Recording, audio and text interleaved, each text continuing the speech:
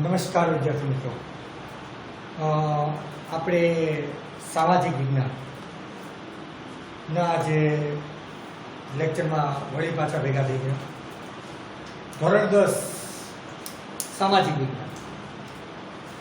આપણે અગાઉના લેક્ચરની અંદર છે પાઠ 9 વન અને વન્યજીવ સંસાધન આ આપણે પૂરો કર્યો. આજે આપણે એક નવા પાઠ તરફ આગળ વધશું. પાઠ નંબર 2 એનો લેક્ચર નંબર 1 જેની અંદર પાઠનું નામ કંઈક એવું છે ભારતની સાંસ્કૃતિક વારસામાં પરંપરાઓ, એમાં હસ્તકલા અને લલિત કલા. હસ્તકલા એટલે શું? હસ્તકલા એટલે હાથેથી બનાવવામાં આવતી કોઈ પણ ચીજ વસ્તુને કે બનાવટને હસ્તકલા કહેવાય, જે હાથ કારીગરી દ્વારા થતી હોય. જેમ કે ચિત્ર દોરવું, માટીના વાસણો બનાવવા, ત્યારબાદ સિલાઈ કામ કરવું, ભરત ગૂંથણ કરવું, આ બધી જ હસ્તકલાઓ છે. અને બીજું આમાં ભણવાનું છે લલિત કલાઓ. લલિત કલા એટલે શું? જે મનોરંજન સાથે કંઈક શીખવતી હોય એને લલિત કલાઓ કહેવાય, જે પ્રાચીન સમયમાં હતી. જેમ કે નાટ્ય કલાઓ છે, સંગીત કલા છે, બરાબર, ભવાઈ છે. તો આ બધું જ છે એ શું છે તો કે એક પ્રકારની લલિત કલાઓ છે. હવે આજે આપણે છે એ પાઠ નંબર 2 જે છે એ સ્ટાર્ટ કરવાનો છે. પાઠ નંબર 2 ની અંદર મેં તમને કીધું એમ પાઠનું નામ જ કંઈક એવું છે સાંસ્કૃતિક વારસાઓ. સાંસ્કૃતિક વારસાની અંદર પાછા પેટા મુદ્દા, એમાં પરંપરાઓની અંદર 2. કયું કયું? એક હસ્તકલા અને લલિત કલા. મેં કીધું હાથેથી બનાવવામાં આવતી કોઈ પણ ચીજ વસ્તુ કે કોઈ પણ કારીગરીને હસ્તકલા કહી શકાય. અને લલિત કલા મેં તમને સમજાવી. શરૂઆતની અંદર પેરેગ્રાફ છે, પણ એ પેરેગ્રાફમાંથી પણ ઘણા બધા પ્રશ્નો નીકળે છે. તો એ પેરેગ્રાફની અંદરથી કેવા પ્રશ્નો નીકળે છે જે ખરેખર એક વાક્યમાં પૂછાતા હોય. પણ એની મેં વિદ્યાર્થી મિત્રો આપણે પહેલા પાઠની અંદર વારસાની વ્યાખ્યા ભણ્યા હતા. એ જો તમને યાદ હોય તો એમાં આપણે 3 વારસાની વ્યાખ્યા ભણ્યા હતા. પહેલું એક ખાલી વારસાની વ્યાખ્યા, જેમાં આપણે એવું કીધું હતું કે આપણને આપણા પૂર્વજો તરફથી મળતી કોઈ પણ ભેટ એટલે વારસો. જો આ સિમ્પલ વારસાની વ્યાખ્યા છે કે વારસો એટલે શું? આપણને આપણા પૂર્વજો એટલે કે દાદા, બરાબર, એના જે છે એ પરદાદા તરફથી આપણને જે કાંઈ પેઢી દર પેઢી મળે એને વારસો કહેવાય. ત્યારબાદ આપણે એ જ પાઠની અંદર બીજું ભણ્યા પ્રાકૃતિક વારસો. પ્રાકૃતિક વારસાને યાદ રાખવા માટે આપણે એવું કીધું હતું કે કુદરત દ્વારા જે કાંઈ મળે એ પ્રાકૃતિક વારસો. પણ શું એવું વ્યાખ્યામાં લખી શકાય? તો આપણે કીધું હતું નહીં. તેની વ્યાખ્યા આપી હતી. 3 વસ્તુને યાદ રખાઈ હતી આપણે. કઈ કઈ? યસ, પ્રકૃતિ, પર્યાવરણ અને માનવ જીવન. તો આમાંથી આપણે વ્યાખ્યા બનાવી હતી પ્રકૃતિ, પર્યાવરણ અને માનવ જીવન વચ્ચેના નિકટતમ એટલે નજીકના સંબંધોનું પરિણામ એટલે પ્રાકૃતિક વારસો. તો 2 વ્યાખ્યા ભણ્યા હતા. એક આપણા પૂર્વજો તરફથી મળેલી ભેટ એટલે વારસો ખાલી. આપણે પ્રાકૃતિક વારસો પૂછે તો પ્રકૃતિ, પર્યાવરણ અને માનવ જીવન વચ્ચેના નિકટતમ સંબંધોનું પરિણામ એટલે પ્રાકૃતિક વારસો. અને એ જ પાઠમાં એક ત્રીજી વ્યાખ્યા ભણ્યા હતા સાંસ્કૃતિક વારસો. યસ, માનવે પોતાની બુદ્ધિ, શક્તિ, આવડત અને કલા કૌશલ્ય દ્વારા જે કાંઈ સર્જ્યું એટલે પોતે બનાવ્યું, અને જે કંઈ પ્રાપ્ત કર્યું એટલે કે પોતાના બુદ્ધિના ઉપયોગ દ્વારા જે કંઈ મેળવ્યું ઓલરેડી હતું જ, પણ એને પોતાની બુદ્ધિનો ઉપયોગ કરીને એને પ્રાપ્ત કર્યું, વળી પાછું મેળવ્યું. જેમ કે મોહેન્જો-દડો નગર પૃથ્વીના પેટાળમાં હતું, પણ માણસે પોતાની બુદ્ધિનો ઉપયોગ કરી અને એને પ્રાપ્ત કર્યું કહેવાય. એને બનાવ્યું તો હતું તે એ સમયે, પણ કાળક્રમે એ દટાઈ ગયું. તો માણસે પોતાની બુદ્ધિ, શક્તિ, આવડત અને કલા કૌશલ્ય દ્વારા જે કાંઈ સર્જ્યું કે પ્રાપ્ત કર્યું તે એટલે સાંસ્કૃતિક વારસો. આ પાઠની અંદર આપણે એક નવા વારસાના પ્રકાર ભણવાનો છે. એમાં પહેલી જ વ્યાખ્યા છે, જો વિદ્યાર્થી મિત્રો તમારા પેરેગ્રાફની અંદર ચોપડી તમારી પાસે હશે. આપણા બધા લેક્ચર ચોપડીના પોઈન્ટ ટુ પોઈન્ટ હશે, બરાબર. એટલે તમારી પાસે ચોપડી ન હોય અને જો આ હોય તો એની અંદર ધ્યાન રાખો તો પણ બધું જ સમજાઈ જશે. પ્રશ્ન કંઈક તમને એવો પૂછાય કે જૈવિક વારસો એટલે શું? જો ઓલા 3 વારસા આપણે ભણી ગયા, એક નવા વારસાનો પ્રકાર જૈવિક વારસો. તો જૈવિક વારસાની વ્યાખ્યામાં તમે એક વાક્યમાં લખી નાખો, બાળકોને જન્મતાની સાથે માતા પિતા તરફથી મળતા શારીરિક કે માનસિક લક્ષણોનો વારસો એટલે જૈવિક વારસો. હવે તમે આવું તો વિજ્ઞાનમાં ભણો છો. જૈવિક વારસો કે બાળક જન્મતાની સાથે કેટલાક માતા અને પિતાના શારીરિક અને માનસિક લક્ષણો લઈને જન્મે છે. તો આ જે વારસો છે એને આપણે જૈવિક વારસો કહેશું. તો વ્યાખ્યા એકદમ સિમ્પલ છે કે બાળકને જન્મતાની સાથે માતા પિતા તરફથી મળતા શારીરિક અને કેવા લક્ષણો, તો કે માનસિક લક્ષણો. ઘણી વખત એક ઉદાહરણ આપું. ઘણી વખત તમે લોકો પ્રસંગમાં જાઓ, બરોબર, અચાનક તમને તમારા કોઈ વડીલ પૂછે, તું ફલાણાનો છોકરો, ફલાણાની દીકરી છો, આવું પૂછે છે તો ખબર કેમ પડે કે એને કેમ ખબર પડે કે તમે આના જ છોકરા છો? કારણ કે તમારો ચહેરો એટલે કે શારીરિક લક્ષણ ઘણી વખત તમારા માતા પિતા સાથે મળતું આવતું હોય છે. માનસિક લક્ષણો, બરોબર, એ પણ ઘણી વખત આપણા માતા પિતા તરફથી મળતા આવતા હોય છે, જેને આપણે જીનેટિક લક્ષણો કહીએ છીએ. તો કે છે પહેલી જ વ્યાખ્યા, જૈવિક વારસો બાળકને જન્મતાની સાથે કોના દ્વારા, તો કે માતા પિતા દ્વારા. શું? તો કે મળતા શારીરિક અને કેવા લક્ષણો, માનસિક લક્ષણોનો વારસો એટલે જૈવિક વારસો. ત્યારબાદ આપણને બીજું વ્યાખ્યા આપે છે ભૌતિક વારસો.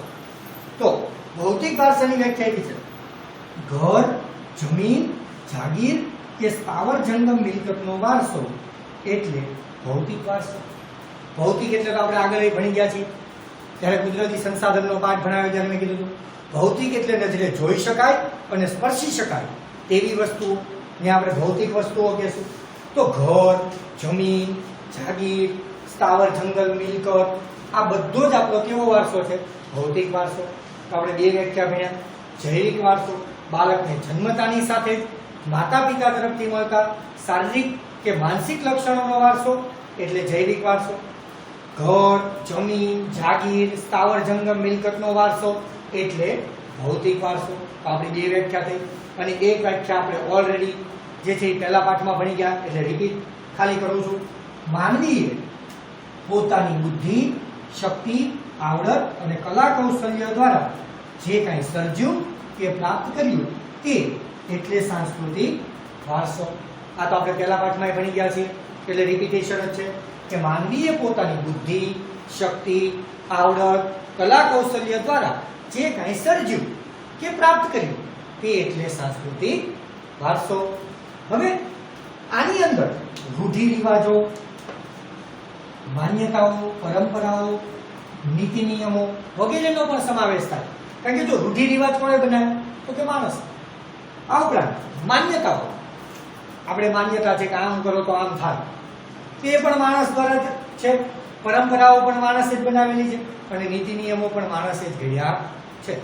અને એટલે જ આ બધું પણ જે છે એ સાંસ્કૃતિક વારસો જ મિત્રો થાય. ઘણી વખત મૂંઝવવા માટે એવો પ્રશ્ન પૂછે, રીતિ રિવાજો એ માનવ સર્જિત વારસો છે, નીચેનામાંથી કયો વારસો છે? તો ઓપ્શનમાં આપ્યો પ્રાકૃતિક વારસો, જૈવિક વારસો, ભૌતિક વારસો કે સાંસ્કૃતિક વારસો. તો જવાબમાં આવે સાંસ્કૃતિક વારસો, કારણ કે એ માનવ દ્વારા જ કરવામાં આવેલા હોય છે. તો ત્રણ વ્યાખ્યા ફરીવાર રિપીટ કરી લઈએ ફટાફટ. જૈવિક વારસો બાળકને જન્મતાની સાથે માતા પિતા તરફથી મળતો શારીરિક કે માનસિક વારસો એટલે જૈવિક વારસો. ઘર, જમીન, જાગીર અને સ્થાવર જંગમ મિલકતનો વારસો એટલે ભૌતિક વારસો. અને માનવીએ પોતાની બુદ્ધિ, શક્તિ, આવડત, કલા કૌશલ્ય દ્વારા જે કાંઈ સર્જ્યું કે પ્રાપ્ત કર્યું તે એટલે કેવો વારસો? તો કે સાંસ્કૃતિક વારસો, જેની અંદર રૂઢિ રિવાજો, માન્યતાઓ, પરંપરાઓ, નીતિ નિયમો વગેરેનો સમાવેશ થઈ શકે છે. ત્યારબાદ બીજા પેરેગ્રાફની અંદર પાછા બે સવાલ છે કે ભારતમાં, પ્રાચીન ભારતમાં કુલ 64 કલાઓ છે. મોસ્ટ આઈએમપી વિદ્યાર્થી મિત્રો 64 છે ને એ શબ્દોમાં લખ્યું છે આપણી ચોપડીમાં. એટલે ઘણી વખત વિદ્યાર્થીઓ છે ને આ પેરેગ્રાફ વાંચતા જ નથી અને પછી જ્યારે પ્રશ્ન પૂછાય છે બોર્ડની એક્ઝામમાં 1-2 વાર પૂછાઈ ગયો છે અને એવું પૂછે છે પ્રાચીન ભારતમાં કુલ કેટલી કલાઓ છે? હવે આપણે પેરેગ્રાફ વાંચ્યો જ ન હોય, હવે આપણે એમ કે સાહેબ કઈ કઈ કલાઓ છે એવું પૂછે તો એમાં છે, પણ આવી કેટલી કલાઓ છે એવું તો કઈ ઉલ્લેખ નથી. પણ બીજા પેરેગ્રાફની અંદર શબ્દની અંદર લખેલું છે, પરિણામે વિદ્યાર્થીના ધ્યાન બહાર વહી જાય છે. એટલે મેં અહીંયા આંકડામાં લખ્યું છે કે ભારતમાં કુલ 64 પ્રાચીન કલાઓ છે. હવે કઈ કઈ કલા? જેમાં થોડા ઘણા નામ મેં લખ્યા છે, જેમ કે હસ્તકલા, જે મેં આગળ વાત કરી, હાથ કારીગરવા ધારણ થતી હોય, હુનર કલા, ચિત્રકલા, સંગીત કલા, નાટ્ય કલા, નૃત્ય કલા વગેરે જેવી કલાઓનો સમાવેશ થાય છે. આવી તો કેટલી છે? 64 કલાઓ છે. બરાબર? ભરત ગૂંથણ કલા છે, પછી ચર્મ ઉદ્યોગની કલા છે, ધાતુ કામની કલા છે. બરાબર? તો આવી 64 કલાઓ છે. પણ આપણે ઉદાહરણ માટે થોડી ઘણી લખીએ તો ચાલો, ખાલી આપણે એટલું યાદ રાખવાનું છે કે પ્રાચીન ભારતમાં કુલ કેટલી કલા છે? 64 કલાઓ છે. બરાબર? અને છેલ્લે આપણને લીટી પૂરી થાય ને પછી એવું કીધું છે કે સમગ્ર વિશ્વમાં 21મી જૂન હમણાં જ ગયું વિદ્યાર્થી. કયો દિવસ? વિશ્વ યોગ દિવસ તરીકે ઉજવાય છે.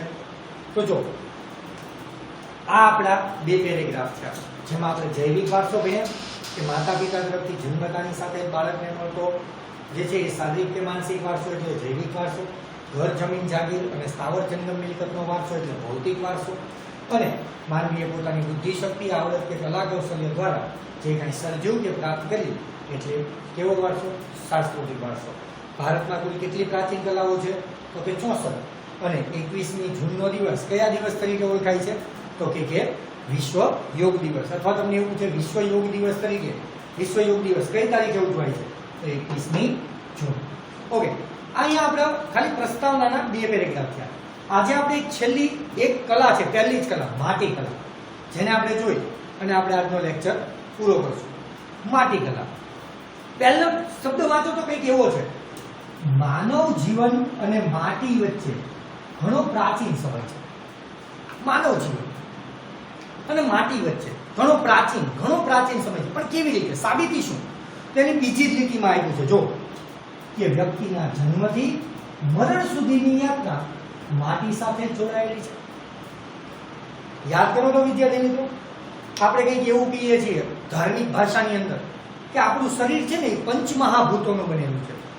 બરાબર ને? વાયુ, અગ્નિ, જળ, પૃથ્વી અને નવ. એમાં પૃથ્વી જે છે એ આ માટી તત્વ છે. આપણે ઘણી વખત કહીએ છીએ કે આ શરીર માટીનું બનેલું છે ને માટીમાં જ ભળી જવાનું છે. મુસ્લિમ હોય તો એને કબ્રસ્તાનની અંદર દાટે અને પછી એ માટીમાં જ ભળી જાય. આપણે હિન્દુ શાસ્ત્રોક્ત વિધિની અંદર અગ્નિ સંસ્કાર કરે છે તો એની રાખ છે એ પણ માટીમાં જ ભળી જાય છે. અને એટલે કે છે કે માનવ જીવન અને માટી વચ્ચે ઘણો પ્રાચીન સંબંધ છે. માણસનો જન્મ એ માટીમાંથી જ છે, એટલે કે આ શરીર માટીનું જ બનેલું છે, અને વ્યક્તિ જ્યારે મૃત્યુ પામે છે ત્યારે માટીમાં જ ભળી જાય છે. અને એટલે જ આપણે કહીએ છીએ કે સૌથી પ્રાચીન સંબંધ છે. બરાબર ને? અને એટલે બીજા વાક્યમાંથી કે કેટલો પ્રાચીન? તો કે વ્યક્તિના જન્મથી લઈ અને મરણ સુધીની યાત્રા એ માટી સાથે જોડાયેલી છે. તો બે મુદ્દા. પહેલો, માનવ જીવન અને માટી વચ્ચે કેવો સંબંધ છે? ઘણો પ્રાચીન સંબંધ છે. કેટલો પ્રાચીન? તો કે વ્યક્તિના જન્મથી લઈ અને મૃત્યુ સુધીની વિકાસ યાત્રા શેની સાથે જોડાયેલી છે? તો કે માટી સાથે જોડાયેલી છે. આ ઉપરાંત જ્યારે ધાતુ ન હતી, ધાતુની શોધ નહોતી થઈ, ત્યારે ધાતુની શોધ નહોતી થઈ ત્યારે માનવી છે એ માટીમાંથી બનાવેલી સામગ્રીનો ઉપયોગ કરતો હતો. બરાબર? શું કહે છે? ધાતુની શોધ નહોતી થઈ. પ્રાચીન સમયમાં જ્યારે ધાતુની શોધ નહોતી ત્યારે મોટા ભાગની જીવન ઉપયોગી વસ્તુઓ પણ માણસ છે એ માટીમાંથી બનાવતો હતો. ઉદાહરણ આપ્યા છે અહીંયા, જેમ કે માટીના રમકડા, ઘડા, કુલડીઓ, કોડિયાઓ, માટીના ચૂલા, અનાજ સંગ્રહ કરવાની કોઠી વગેરેનો સમાવેશ એમાં થાય છે. આમાંથી ઘણું બધું તો તમે તમારા ઘરે જોયું હશે. માટીના રમકડા, પહેલાના સમયની અંદર પ્રાચીન રમકડાઓ, હાથી, ઘોડા અને બળદ એવું માટીમાંથી બનાવતા. પહેલા નાના બાળકો માટીમાંથી ગારો ખૂંદી અને રમકડા બનાવતા. ત્યારબાદ ઘડાઓ, તો એ પણ આપણને ખબર. કુલડી, નાની નાની કુલડીઓ આવે, ઘી ને એવું રાખવાનું. ત્યારબાદ કોડિયા, એ તો આપણે હજુ પણ દિવાળીના દિવસે બહાર દીવા કરવા માટે છે એ કોડિયાનો ઉપયોગ કરીએ છીએ. માટીના ચૂલા, ત્યારબાદ અનાજ સંગ્રહ કરવા માટેની માટીની કોઠીઓ એ પણ બનાવવામાં આવતું હતું. તો ત્રણ મુદ્દાનું ફરી વખત રિવિઝન કરીએ. માટી અને માનવ જીવન વચ્ચે ઘણો પ્રાચીન સંબંધ છે. મારી સાથે રિપીટ કરશું. બીજો મુદ્દો કેટલો પ્રાચીન? તો કે વ્યક્તિના જન્મથી લઈ અને મૃત્યુ સુધીની વિકાસ યાત્રા શેની સાથે જોડાયેલી છે? તો કે માટી સાથે જોડાયેલી છે. ત્રીજો મુદ્દો ધાતુની શોધ નહોતી થઈ ત્યારે માનવી માટીમાંથી બનાવેલા વાસણોનો ઉપયોગ કરતો હતો અથવા ચીજવસ્તુનો ઉપયોગ કરતો હતો. ઉદાહરણ તરીકે જોઈએ તો માટીના રમકડા, ઘડાઓ, કુલડીઓ, કોળિયાઓ, માટીના ચૂલાઓ, અનાજ સંગ્રહ કરવાની કોઠીઓ. એ સમય એટલે ક્યારે? જ્યારે ધાતુની શોધ નહોતી એ સમય. તો કે એ સમયે ઘરની દિવાલોને પણ માટી કે છાણથી લીપી અને રક્ષણ અપાતું. પ્રાચીન સમયમાં કઈ સિમેન્ટ ને કોન્ક્રીટ ને એવી શોધ નહોતી થઈ. હતું ખરી, શોધ નહોતી થઈ. ત્યારે આપણે આપણી ઘરની દિવાલોને પણ માટીથી લીપી અને છાણથી લીપી રક્ષણ આપતા હતા. તો આમ પણ માનવ જીવનને છે એ માટી સાથે ઘણો પ્રાચીન સંબંધ છે. આ ઉપરાંત પાણી, દૂધ, દહીં, છાશ, ઘી જેવા પ્રવાહી આપણે માટીના વાસણોમાં જ રાખતા હતા. અને આજે પણ તમે લોકો જો પાણી તો આપણે ઘડા કે માટલામાંથી જ પીએ છીએ, તો એ પણ માટીનું બનેલું છે. આમ પ્રવાહી વસ્તુઓ છે એ પહેલાના સમયમાં માટીના વાસણોમાં રાખવામાં આવતી હતી. ત્યારબાદ આપણે કહે છે લોથલ, મોહેન્જો-દડો અને હડપ્પીય સંસ્કૃતિના સમયમાં લાલ માટીના પવાલા, બરણી એ પણ મળી આવ્યા છે. આપણને એવું પૂછે લાલ માટીના વાસણો ના અવશેષો ક્યાંથી મળી આવ્યા છે? તો લોથલ, મોહેન્જો-દડો અને હડપ્પીય સંસ્કૃતિમાંથી મળી આવ્યા છે. એ સમયે કુંભારનો ચાકડો માટીકામ માટેનું પ્રથમ યંત્ર ગણી શકાય. આપણે એક વાક્યમાં પૂછે માટીકામનું પ્રથમ ભારતીય યંત્ર કયું હતું?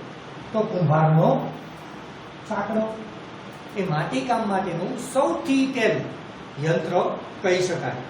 ભારત છે એ બે વસ્તુ માટે ખૂબ જાણીતું છે, એક કાચી માટી અને ટેરાકોટા.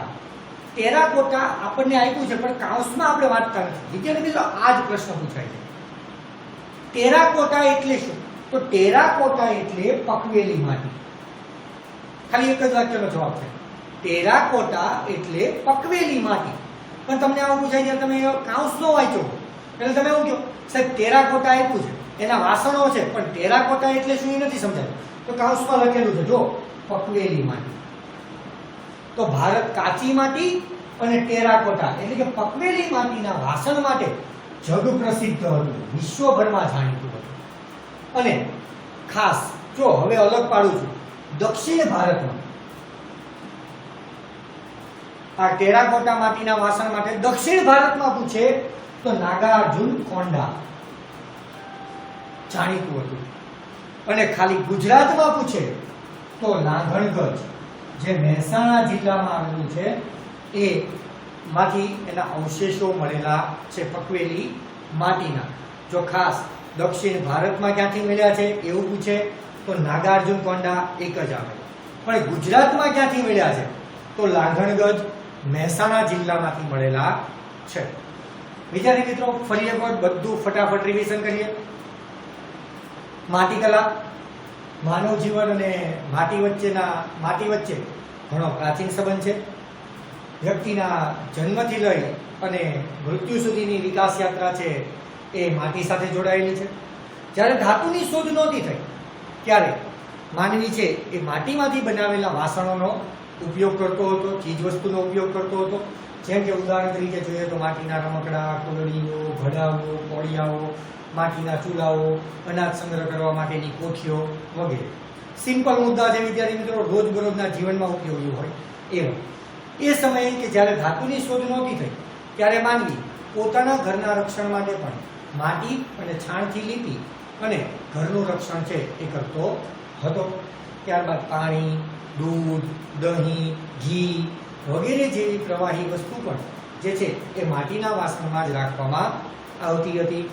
ત્યારબાદ આપણે કીધું કે લોથલ, મોહેન્જો-દડો અને હડપ્પીય સંસ્કૃતિમાંથી એ સમયે લાલ માટીના વાસણોની અંદર પવાલા, બરણી, રકાબી વગેરે પણ મળી આવ્યા છે. કુંભારનો ચાકડો પ્રાચીન સમયનું ભારતનું માટીકલાનું પ્રથમ યંત્ર ગણી શકાય છે. અને ભારત કયા વાસણો માટે? તો કે ભારત કાચી માટી અને ટેરાકોટા એટલે ફરીવાર કહું છું, પકવેલી માટીના વાસણો માટે જાણીતું છે. અને એમાંય તમને એવું પૂછે એના અવશેષો ક્યાંથી મળ્યા છે, ખાલી ભારતમાંથી પૂછે તો દક્ષિણ ભારતમાંથી નાગાર્જુનકોંડા અને ગુજરાતમાંથી પૂછે તો લાંઘણગજમાંથી એ અવશેષો મળેલા છે. ખાસ વિદ્યાર્થી મિત્રો આ વસ્તુ છે એ ખાસ યાદ રાખજો. છેલ્લી બે દક્ષિણ ભારતમાં ક્યાંથી તો કે નાગાર્જુનકોંડામાંથી અને ગુજરાતમાં ક્યાંથી તો કે લાંઘણગજ મહેસાણા જિલ્લામાંથી મળેલા છે. ઓકે વિદ્યાર્થી મિત્રો, તો આજે આપણે પાઠ નંબર 2 ની અંદર હસ્તકલા અને લલિત કલાની અંદર પહેલો પેરેગ્રાફ એટલે કે પ્રસ્તાવના જોઈ અને એક કલા ભણ્યા, માટીકલા. દરેકે ફેરબુકની અંદર છે એ લખવાની છે. હવે પછી જ્યારે આપણે નેક્સ્ટ પીરિયડમાં મળશું ત્યારે એક નવા ટોપિક સાથે નવી એક કલાને છે એ સમજશું અને એની ચર્ચા કરશું. અસ્તુ, આભાર. અમને પાછું